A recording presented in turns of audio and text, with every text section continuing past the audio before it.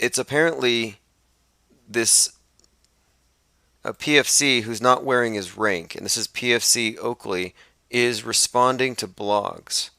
And apparently, he doesn't feel good about the way that he's been portrayed.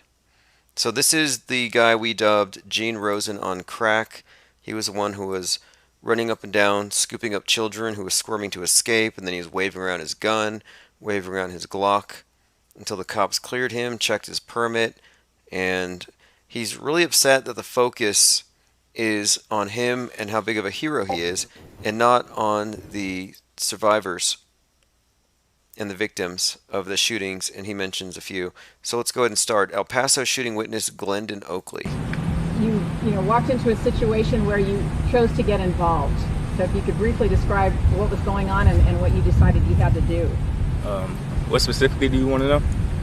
Well, you were shopping, and then some little kids ran in, right? It was one child that he ran in and told us it was an active shooter in Walmart, but I didn't pay any mind because for one, he's just a child, and for two, you're inside the mall, so how would you know it's an active shooter? So me and the guy at the register, we didn't pay any mind. And so then what happened? I don't want to get too close into detail because what I'm putting out there right now is already getting twisted up, and what I did is what I did, and I'm not getting into too far into detail because some of the blogs are putting words in my mouth that I never said. What do you want to clarify?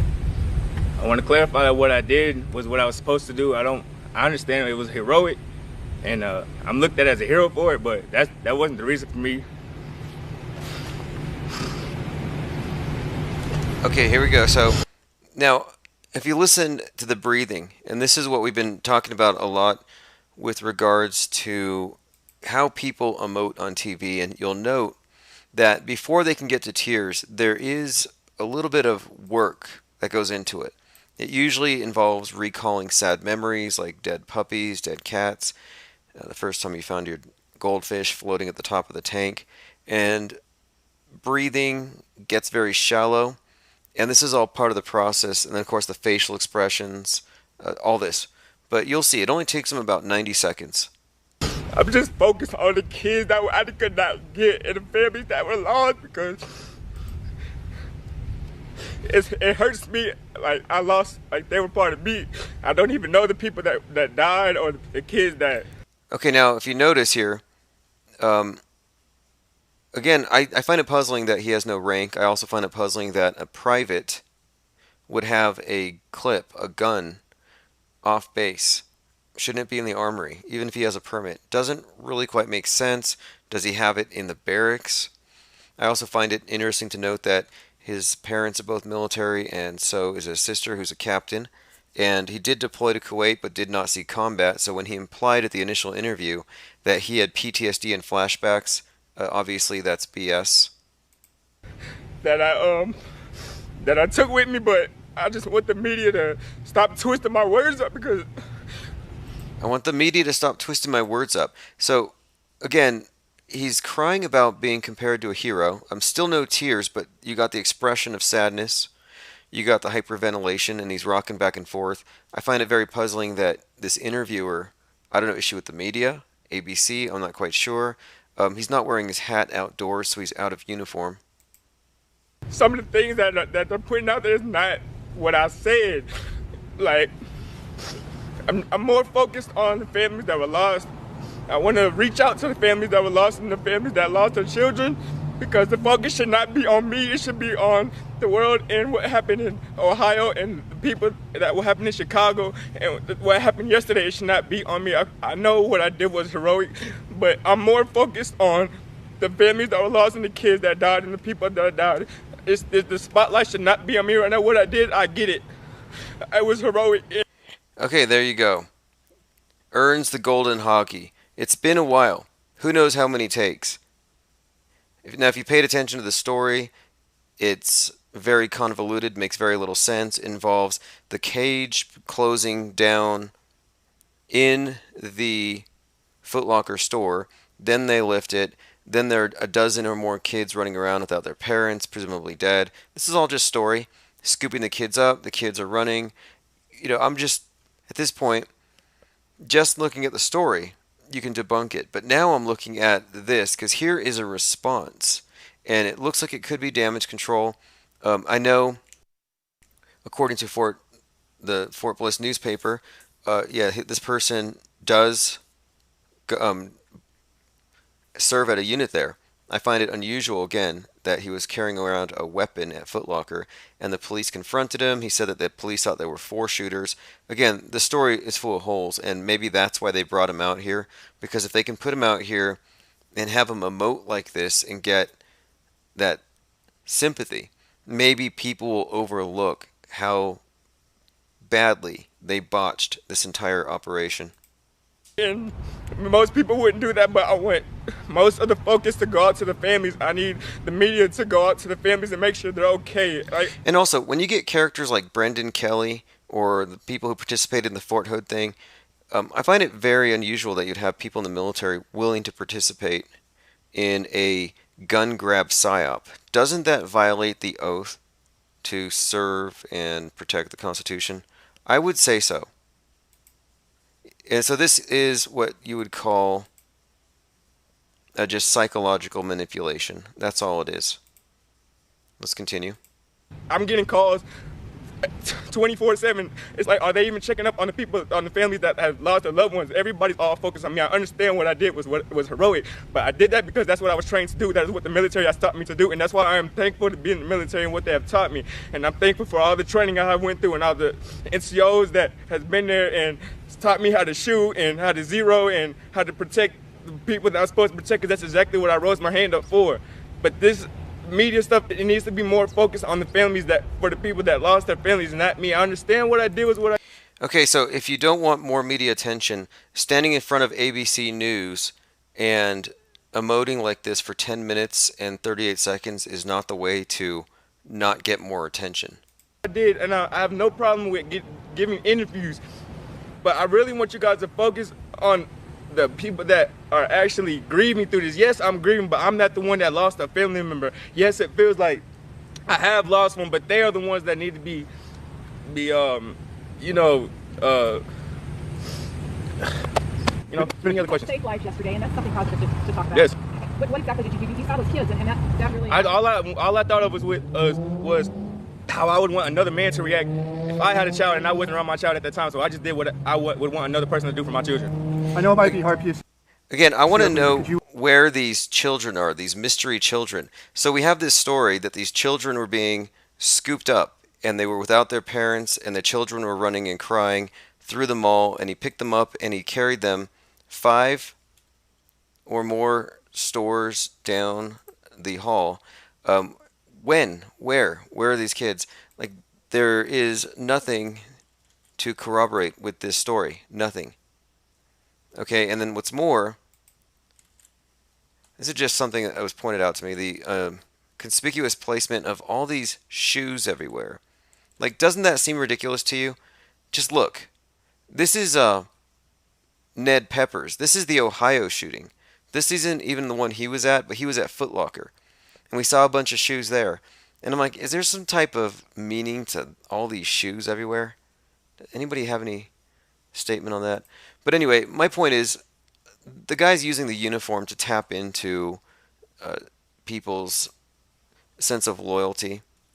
And really what he's doing is he's fighting a war against the United States and its citizens, because the Psywar, the gun grab Psywar, is actually against all of us. So I just don't know why he would participate in something like this, or why his parents, who are retired military, would stand by, or his sister, a retired captain, unless they're all part of the PSYOP industrial complex, and he's taken a role as an actor.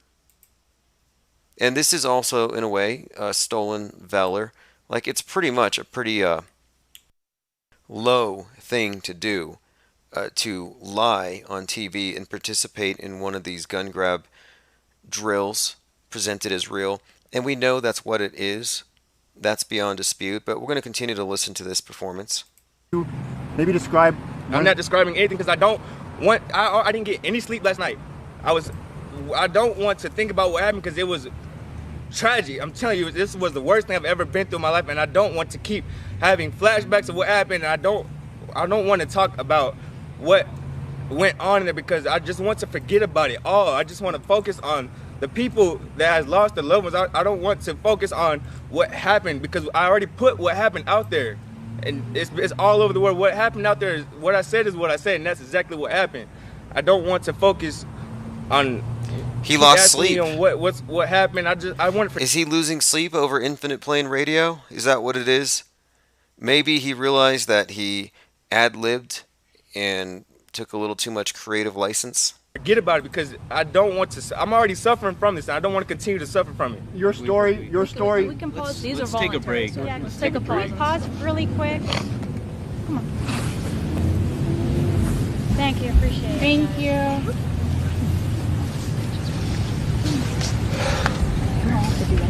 Okay, take two. You know,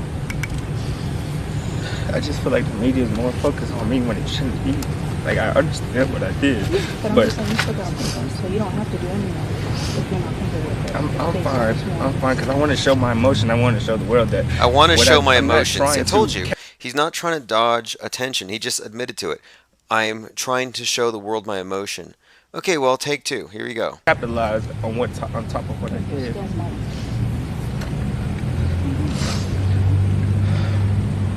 I know one thing you did for me, PFC Oakley, was you inspired me. I'm a concealed gun carrier, and I thought of myself with my newborn, who was born last year, about what I would do in a situation like that. And I was inspired. And I don't think that you're seeing the whole story here. I think you're seeing part. We are going out and reaching out to those families, but also we're looking for some hope. We're looking for some inspiration, and that's what you've provided. I want to see if they've allowed any comments here. Amazing. People fall for this. People fall for this. Nobody questions it. And this is the reason why we call this stuff out. I mean, it's really a travesty that they take advantage of the trust the media the population has in the media, and they play on their heartstrings with stuff like this. And it's aimed at what?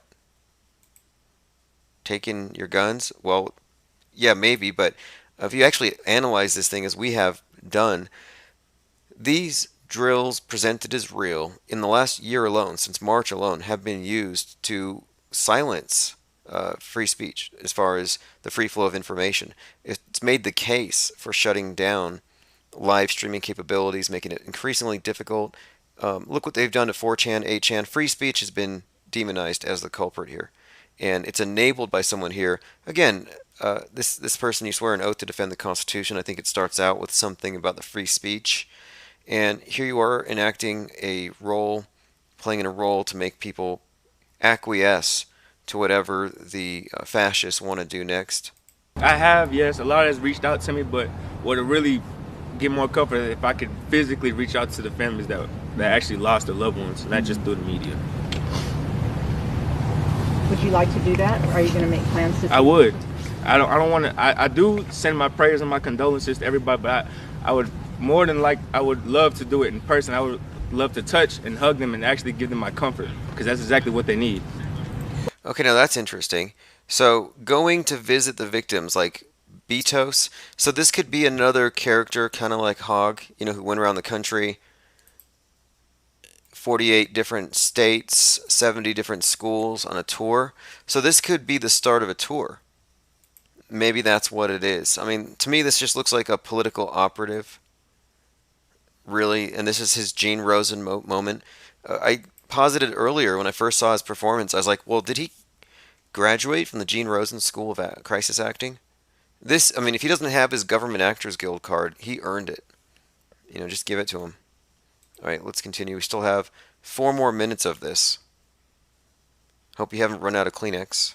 Well, and it was your hugs and comfort yesterday that really were more powerful than the weapon you were carrying. Can you talk about that? Well, because you had your weapon with you. Yes. You didn't use it, but what you used were your arms to pick up those kids. Yes. And that proved to be... Oh, did you hear that beautiful sentiment? You had a weapon, but it wasn't as powerful as a weapon the shooter had, but you had your arms, and you used those to rescue the children. That was profound. That's ABC News for you. Carrying. Can you talk about that? Well, because you had your weapon with you. Yes. You didn't use it, but what you used were your arms to pick up those kids. Yes. And that proved to be a very powerful tool for you to have. Yes. Can you talk about that? I just thought about keeping them as close as I could as possible. Like a couple of them jumping out of my hands, like I said yesterday. Some of Jumping out of your hands? How small are these kids? I mean, it sounds like he was at a pet store and the shooter's bullet ricocheted and broke the gerbil cage, and he's trying to get all the gerbils in his hands. And it's like, I'm trying to get all the gerbils, and some of them run out, but I got some of them over here. And they all hid and they ran under the doors. Like, what do you mean, man? The little kids? How small are these kids? And they're all escaping you, and you just want to go get the kids. Like, they're not yours. And he's crying here because he wants to see them. It's like, what? You think you get to keep them? Talk about that? I just thought about keeping them as close as I could as possible. Like a couple of them jumping out of my hands, like I said yesterday. Some of them were jumping out of my hands. I couldn't do much for them, but the ones that I could keep with me. So did the ones that jumped out of his hands die? I mean, that's what I'm wondering here. Did they get lost? Are they running around El Paso? They don't have their parents? And it's like, damn, Oakley, your arms are only so big. You could only get 3 kids in each arm, and a dozen more escaped or got away. Come on. But like a couple of them jumping out of my hands, like I said yesterday. Some of them were jumping out of my hands. I couldn't do much for them, but the ones that I could keep with me, you know, I made sure that they made it safely to where they needed to be. I have a couple scratches on my face because, you know, they never. Oh, okay. He's got scratches on his face because the little kids that were trying to get away were scratching at his face when the gun-toting guy who wasn't in a military uniform during an active shooting was trying to snatch them. This is insane. I can see why he might be trying to do damage control and trying to maybe deflect the attention from his description of what happened and put it on the kids. I can see why, because he really did put his foot in his mouth here. This is going to be hard to walk back. I'm sorry for him, but this is a Gene Rosen moment here. You know, I made sure that they made it safely to where they needed to be. I have a couple scratches on my face because, you know, they were just I can't even spit it out. They were just scared, so I just did what I could do possible. They were just keep with me. You know, I made sure that they made it safely to where they needed to be. I have a couple scratches on my face because, you know, they were just I can't even spit it out. Where's the scratches on his face from the kids that he was trying to rescue? I don't see the scratches. They were just scared, so I just did what I could do possible. And are you a dad yourself? I'm not, but I thought of it as if I was because I have a goddaughter, and I protect her like she's mine. And any other kids that were with me, that was my reason, was to protect them like they were mine. Oh yeah, I see someone here in the comments. ACW, that's the Golden Hoggy Award. We decided that from now on, whenever we award someone a Golden Hoggy, we're actually going to show you the scene that brought those of us in the board of directors to decide to award it to this person. We don't just give it to anybody. You got to earn it. What do you want people to know about this whole thing that you don't think generally they know about what it was like to go through something like that? You don't have to answer any that you don't want to. Can you repeat it for me? I was just saying, you just had to think about it for a second. What would you want everybody to know? Because you got all these cameras and you have a chance to say something about what you experienced and what you'd like to have people take away from this. You mentioned the families. I just want them to know through times like this, like, don't be scared to put others before yourself, because that's the way I was raised. I was raised to always put others before myself. So that's just what came into my mind, was putting others, especially because I'm legally armed. So, you know, any harm comes near, I'm there. Like, I'm the one that can do something about it. So I was always taught, and my NCOs just taught me, my parents just taught me, just to always put others first, because you'll be well respected for it. Yeah, there is one criterion, aside from good acting. I mean, it does actually imply that there has to be tears. You don't get a Golden Hoggy unless you show us the tears, and he showed us tears. It was actually not 90 seconds, it was 1 minute and 48 seconds. Now, we don't know it's the first take, but yeah. Okay, so we only have about 2 more minutes on this to go.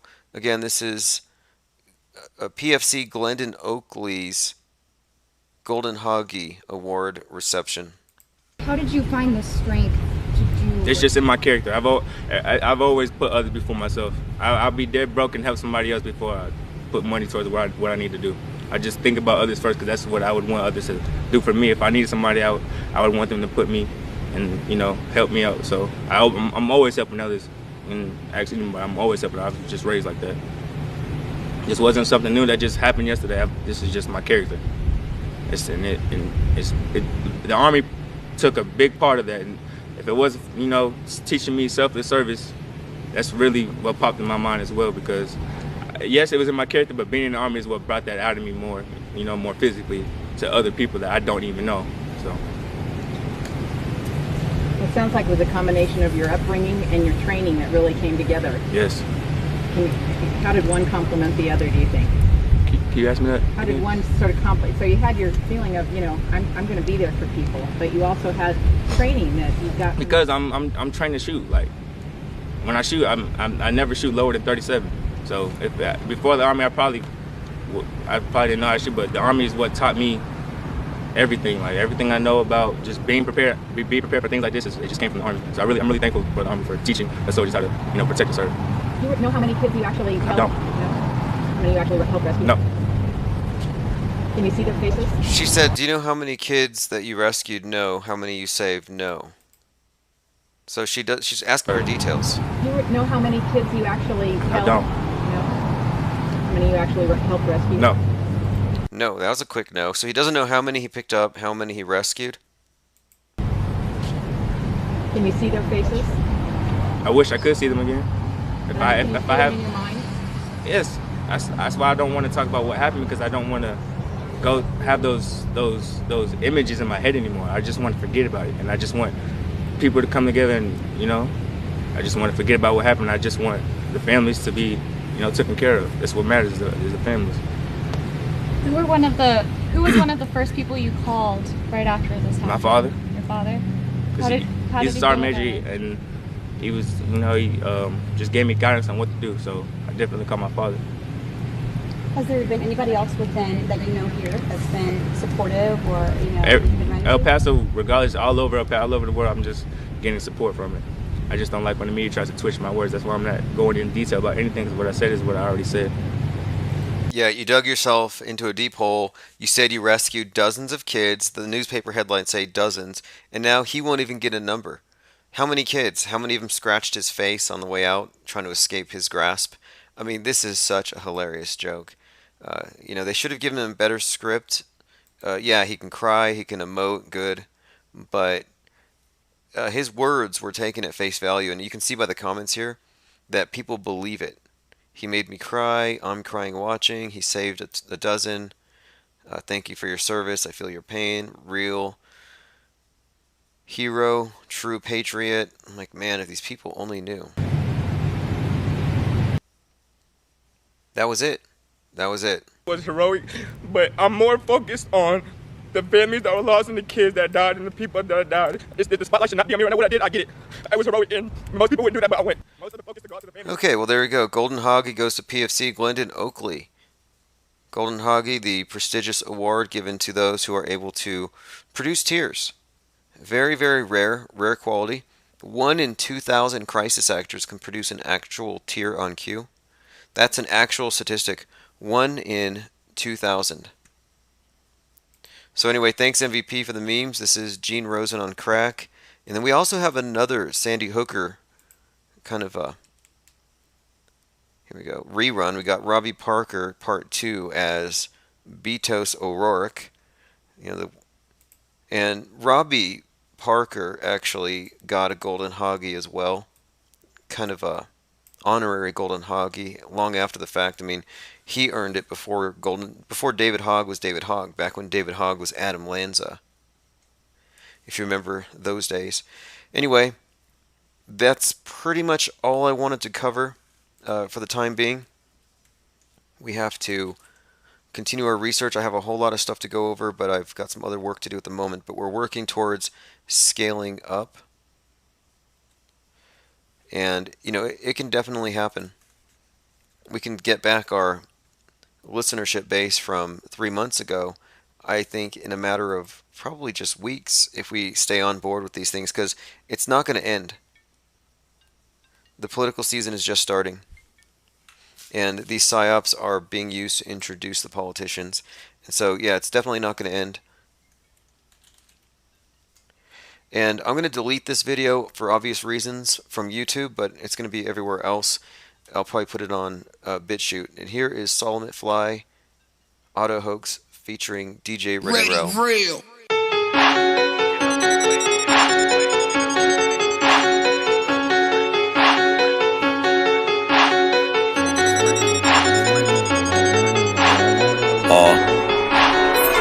CIA be lurking, I be in the turban.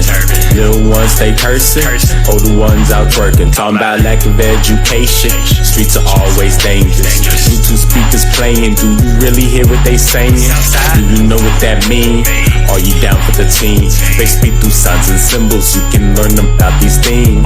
Live by 9/11, Club of 27. Once you think that they in heaven, nah bruh, it's a legend. It's all according to the code. Damn Illuminati with my mind, body, and my soul. That's why they snatching bodies, everybody in a Holly Grove. Deception is a hobby, switching roles with the auto close. We call that an auto hoax. Man, what you trying to prove? Don't you know we've been around the globe and been to the moon? Get it, that's an auto hoax. You're tripping, times two. What about the shootings that they always cover on the news? Real, that's an auto hoax. They don't move, we will make the way. Let it spray, right reality like an AKA. Let them know we don't play. They live like life's a party, but it's really like a breakaway. Meditate, focus your attention on your better days. You know what I'm talking about. Don't let these slimy narcissists, Antichrist actor turn your eye. Freedom of speech is actuality. That's why the truth must spread by word of mouth, word of mouth.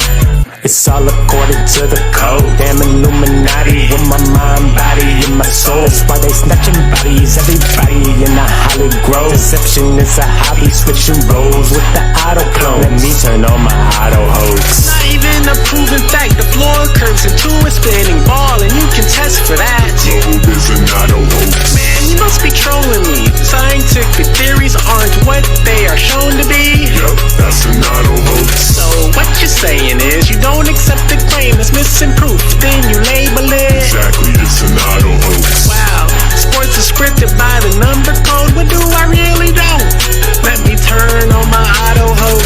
Squad. Let me turn on my auto hoax and look this stuff up.